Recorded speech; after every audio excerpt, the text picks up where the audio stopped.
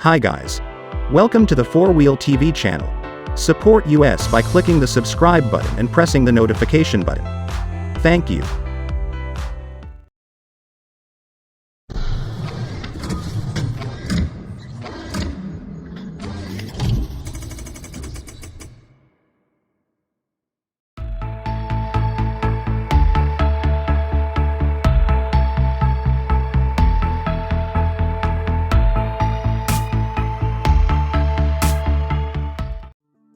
If you haven't already ordered one for the Nissan Maxima, now is the time.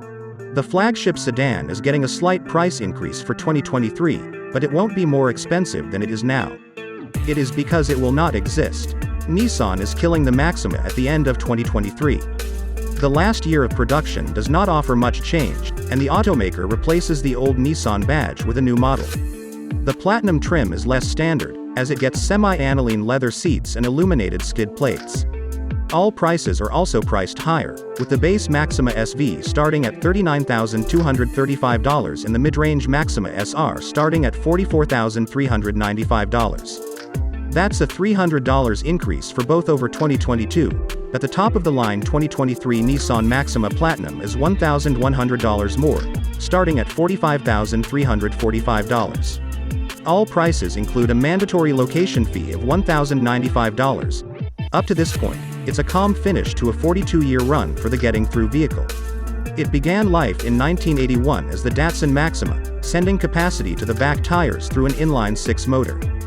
Front-wheel drive and a V6 motor showed up for the second era in 1985, presently wearing Nissan identifications.